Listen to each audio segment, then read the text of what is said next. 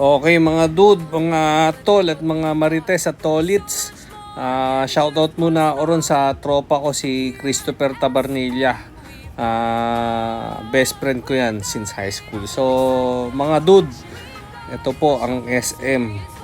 Nakalipas ang buong maghapon na after niya mag-open kaninang alas 3. Marami talagang tao at marami rin vloggers. Pa-shoutout naman tong page na to mga vloggers. Pa-follow and subscribe na rin, YouTube man o sa Facebook. So mga dude, sana nag-enjoy tayo. Yung iba bukas pa lang pupunta at yung iba mga next month pa raw.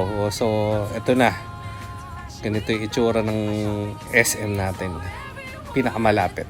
Salamat sa panonood ulit.